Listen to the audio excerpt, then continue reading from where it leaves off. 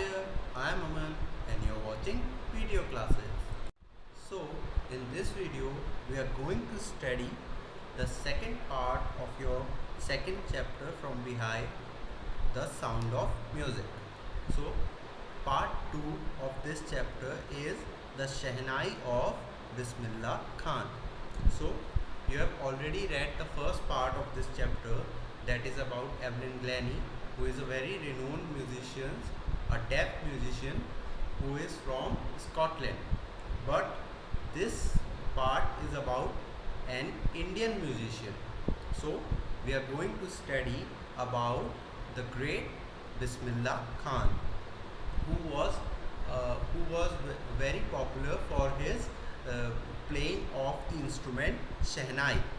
So in this chapter you are going to see that what this instrument is and who was Bismillah Khan and why he became so popular. So without wasting much time, let's go ahead with the chapter. So think of the Shehnai and the first thing you will probably imagine is a wedding or a similar occasion or function. The next would probably be Ustad Bismillah Khan, the Shehnai maestro playing this instrument. So whenever you think about Shehnai, the thing that comes to your mind is a wedding or similar function. So Shehnai can be seen as an instrument which is associated with special occasions, with festivals. So any auspicious day, any day which is of great great quality or great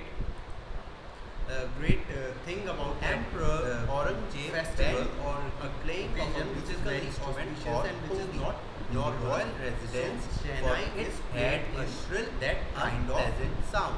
So Emperor Aurangzeb, the next thing that instrument which Shehnai is Pungi, and he banned it in his royal residence because of its most pleasant sound, because the sound was not very nice. The sound was very coarse, very popular.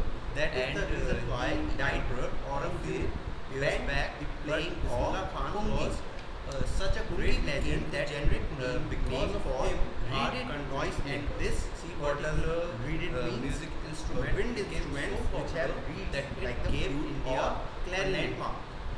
So the instrument which have the gems in them and through which the wind passes and music comes out and what the instrument is instrument.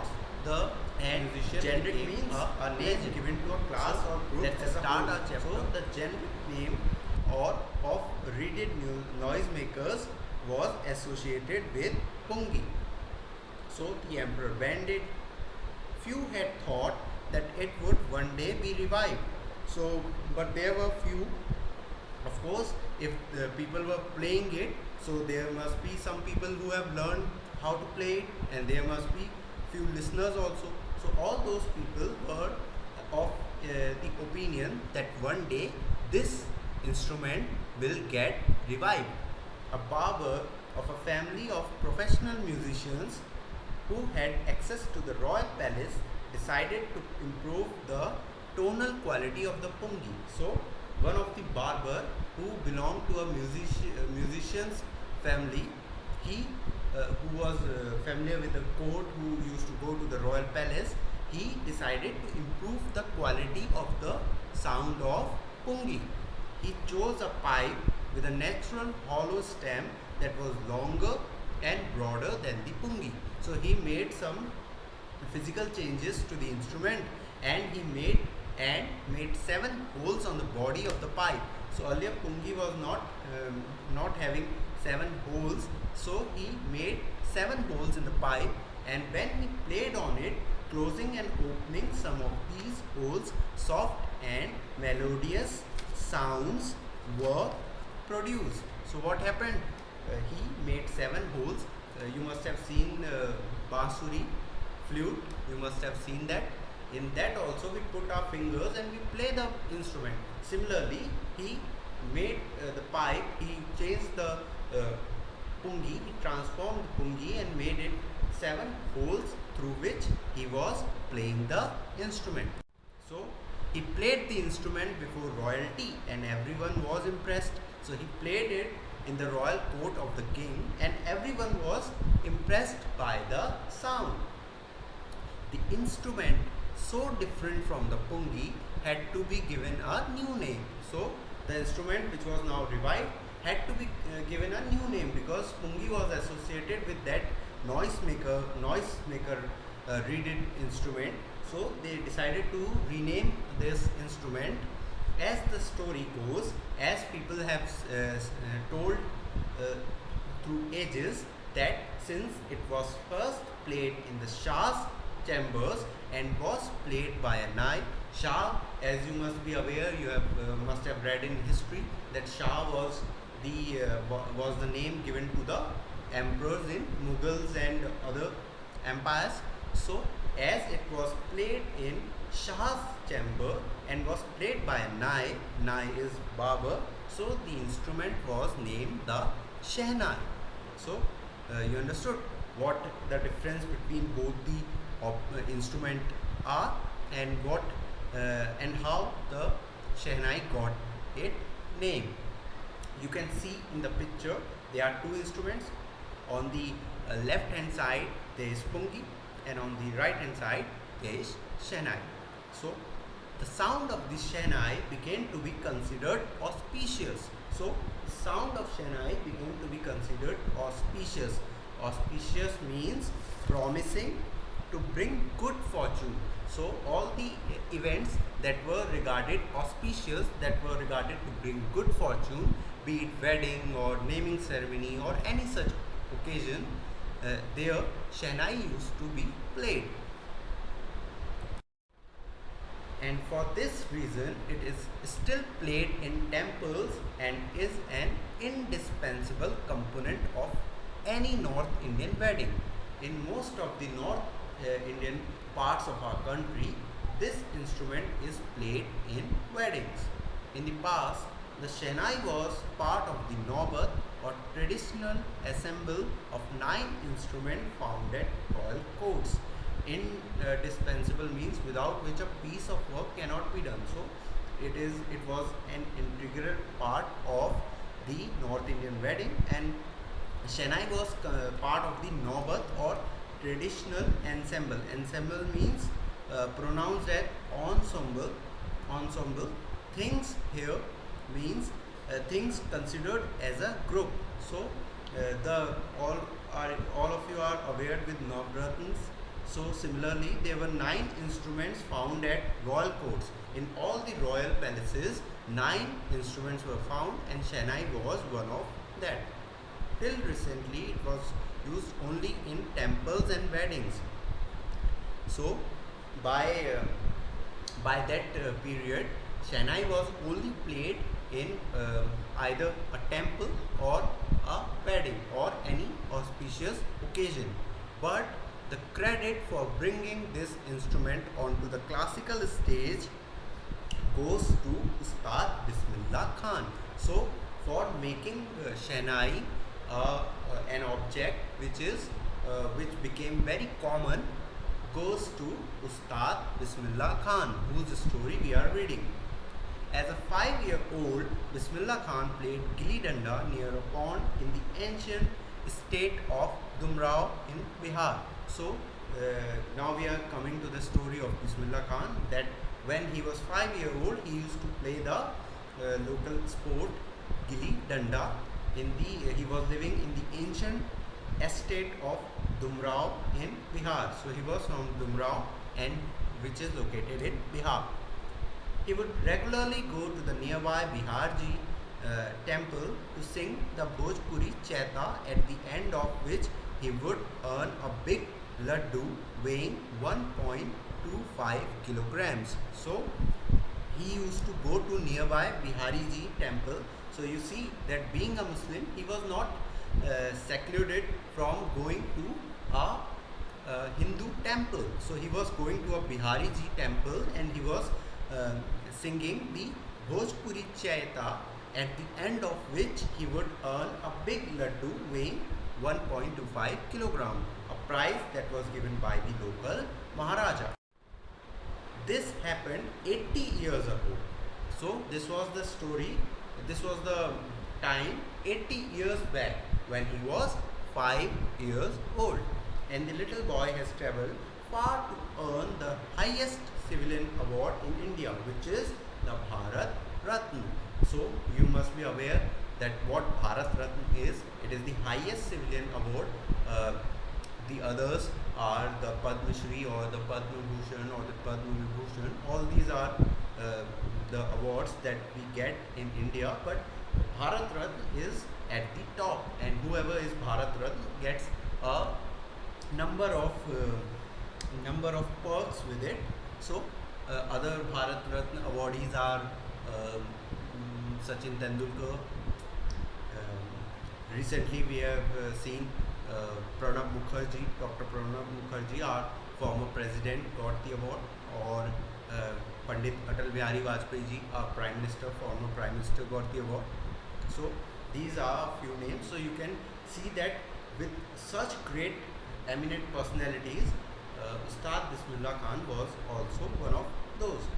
Born on 21st March 1916, see the birth date, 21st March 1916.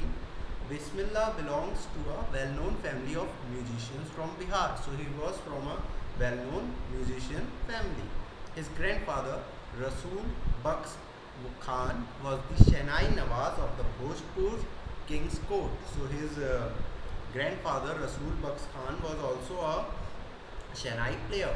His father Pagambar Baks and other paternal ancestors were also great Shehnai players. Paternal ancestor meaning the ancestors which are related to your father's side. Ancestors, I'm sure you all are aware, ancestors are our the people who are associated with whose lineage we are following, Purvaj as we say. Okay, so his paternal ancestors were all great Shehnai players. The young boy took to music early in life at the age of 3 when his mother took him to maternal uncle's house in Benares, now Varanasi. Maternal uncle means the uncle from your mother's side, mama as you say in Hindi. So his mother took him to his mama's house in Benares. Bismillah was attracted watching his uncle practice the Shehnai. Soon Bismillah started accompanying his uncle Ali Baks to the Vishnu temple of Benares, where Baks was employed to play the Shehnai. So his uncle Ali Baks was playing Shehnai in the temple. So Ali Baks would play the Shehnai and Bismillah would sit captivated for hours on end. Slowly he started getting lessons in playing the instrument and would sit practicing throughout the day. So Bismillah was sitting with his uncle, he was playing the Shehnai in the temple, Vishnu temple, and Bismillah was just sitting there watching the great musician, the great music instrument being played. For years to come, the temple of Balaji and Mangla Maiya and the banks of the Ganga became the young apprentice. Apprentice is someone who is practicing, who is we can say by the term intern, who is still an amateur in doing the thing. Apprentice favorite haunts were he could practice in solitude. Solitude means in peace. So he was going to the banks of river Ganga, and he used to go to the temple of Balaji and Mangla Maiya. So you see that how secular he was.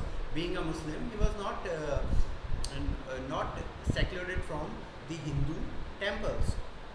The flowing waters of the Ganga inspired him to improvise and invent ragas that were earlier considered to be beyond the range of the Shehnai. So what he did, he improvised the music and he played some rags that were far from the instrument Shehnai, which were not played till now from Shehnai. So he improvised his techniques and he made a change to the playing of the instrument. At the age of 14, Bismillah accompanied his uncle to the Allahabad Music Conference. So at the age of 14, he went to Allahabad Music Conference with his uncle. At the end of the recital, Ustad Fayaz Khan patted the young boy's back and said, "Work hard and you shall make it." So he made it to the conference, and here the great Ustad, one of the great legends of Shehnai instrument, patted his back and said that one day you will make it big. With the opening of the All India Radio in Lucknow in 1938 came Bismillah's big break. So it is a very important lines. These are very important lines. Mark it. So when All India Radio opened in Lucknow, where Bismillah was at the time in 1938, there came Bismillah's big break. He soon became an often heard Shehnai player on radio. So in the year 1938, when All India Radio came to Lucknow, Bismillah Khan got his first big break, first big chance to play the musical object in national platform. When India gained independence on 15 August 1947, Bismillah Khan became the first Indian to greet the nation with his Shehnai. So at the time of our country getting its independence on 15th of August, Bismillah Khan played his instrument and he marked the beginning of our new era. He poured his heart into Rag Kafi. So what Rag he played? Rag Kafi on the night of our Independence Day. He poured his heart into Rag Kafi from Red Fort to an audience which included Mahatma Gandhi and Pandit Jawaharlal Nehru, who later gave his famous Tryst with Destiny speech. Tryst is a word we associate with meeting of few people who are up to something big. Tryst is a word which is associated with lovers meeting each other, but here Panditji used this word that it is India's tryst with its destiny, with its future. So he played the Shehnai from Red Fort on the great occasion, and which was heard by Mahatma Gandhi and Pandit Jawaharlal Nehru. Bismillah Khan has given many memorable performances both in India and abroad. His abroad means the foreign countries. His first trip abroad was to Afghanistan, where King Zahir Shah was so taken in by the maestro that he gifted him priceless Persian carpets and other souvenirs. So taken in by means attracted or charmed by.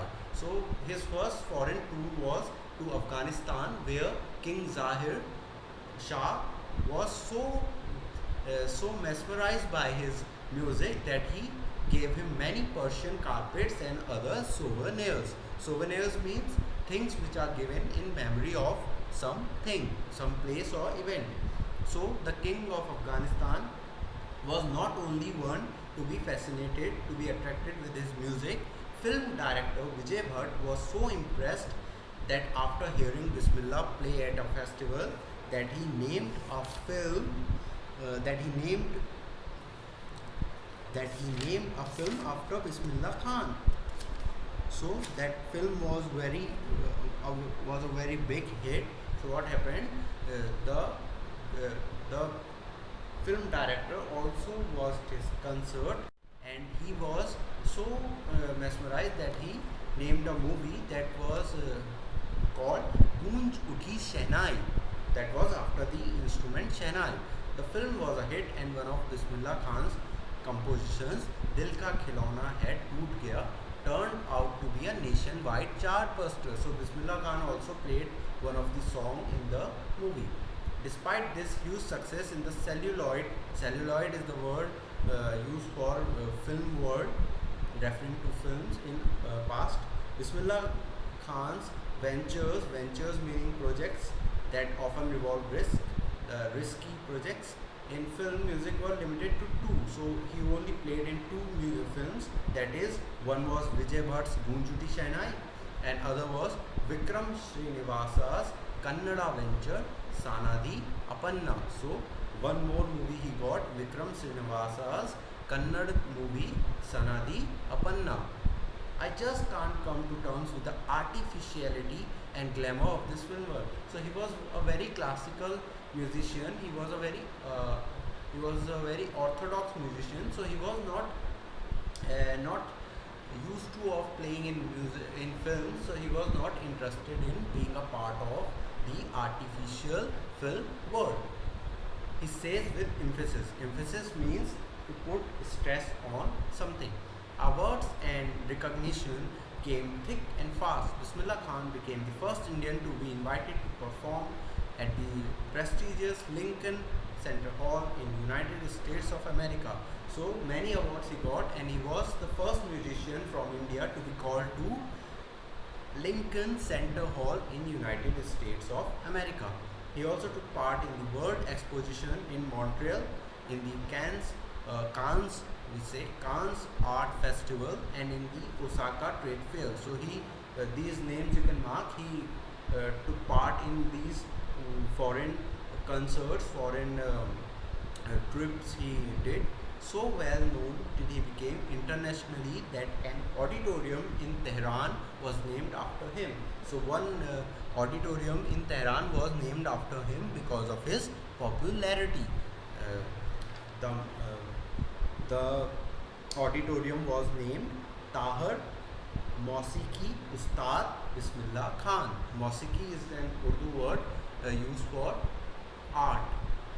National awards like the Padma Shri, the Padma Bhushan and Padma Vibhushan were bestowed to him, were conferred to him, and he also got Bharat Ratna in 2001. He was awarded the highest civilian award, Bharat Ratna, with a coveted means much desired award resting on his chest and his eyes glinting with rare happiness. He said, "All I would like to say is, teach your children music. This is Hindustan's richest tradition. Even the West is now coming to learn our music." So while getting the award, he became a bit emotional, and he called to his audience, he called to everyone in the nation that please let your kids learn music. Even the West is wanting to learn our music, our classical music, and please let our kids learn the classical Indian music rather than going after guitars and all. So let them learn music. In spite of having traveled over the world, Khan Saab, he was popularly known as Khan Saab, as he was fondly called by this, is exceedingly fond of, is very much fond of Banaras and Dumraon. Dumraon was his native place, and they remain for him the most wonderful towns of the world. So he is very attached to the towns of Banaras and Dumraon. Banaras, where he went to his maternal uncle's house. A student of his once wanted him to head a Shehnai school in USA. So one of his students offered him that please head a school in USA, but and the student also promised to recreate the atmosphere of Banaras by replicating the temples there. So he's offered that I will build temples there. See, a Muslim is demanding temples. What people are trying to lure him with are the temples. उसको किसका लालच दिया जा रहा है? मंदिरों का. And he is a Muslim. So but Khan Saab asked him if he would be able to transport river Ganga as well. So see, a Muslim asked, demanding that can you please transport river Ganga also, then only I can come to US. Later he is remembered to have said, that is why whenever I am in a foreign country, I keep yearning to see Hindustan. While in Mumbai, I think of only Banaras and the holy Ganga. And while in Banaras, I miss the unique mutt of Dumraon. So he is saying that when I am in foreign, I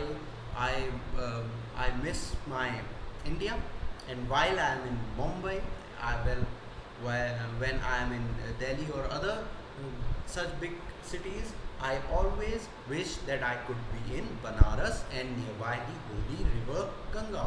And while in Banaras, I miss my native place Dumrao. So this shows that how a person is attached to his roots. No matter where you go, you will always want to come back to your home. Ustad Bismillah Khan's life is a perfect example of the rich cultural heritage of India, one that effortlessly accepts that a devote means believing strongly in one religion, being a devout Muslim like him can very naturally play the Shanai every morning in the Kashi Vishwanath temple. He was playing in the Vishnu temple also. So this shows that he, it's not that he was going to temples and he was fond of river Ganga or he was playing Shanai in temples, that he left his own religion. He was a very devout Muslim. He followed Islam very rigorously.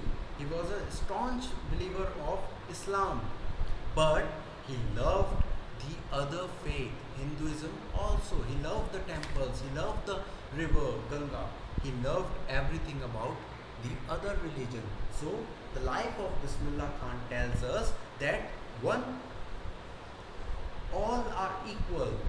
You you maybe come from a different region, sect, or religion, but you all are one. And second, your country is your priority. He never left his own country for other countries, even the countries which are more developed, which could have been uh, more financially beneficial to him, but he didn't left his own roots. So his life is always and will always be inspiring for the not only the musicians but a general Indian who loves his country or who loves the roots of his self. So this was the chapter about Ustad Bismillah Khan. We have already covered the first part, Evelyn Glennie. I will provide you the PDF and you will do the question answers and word meanings, all those in your English register after the part 1 of the chapter. So I hope you have understood the chapter. I hope that you have liked the video.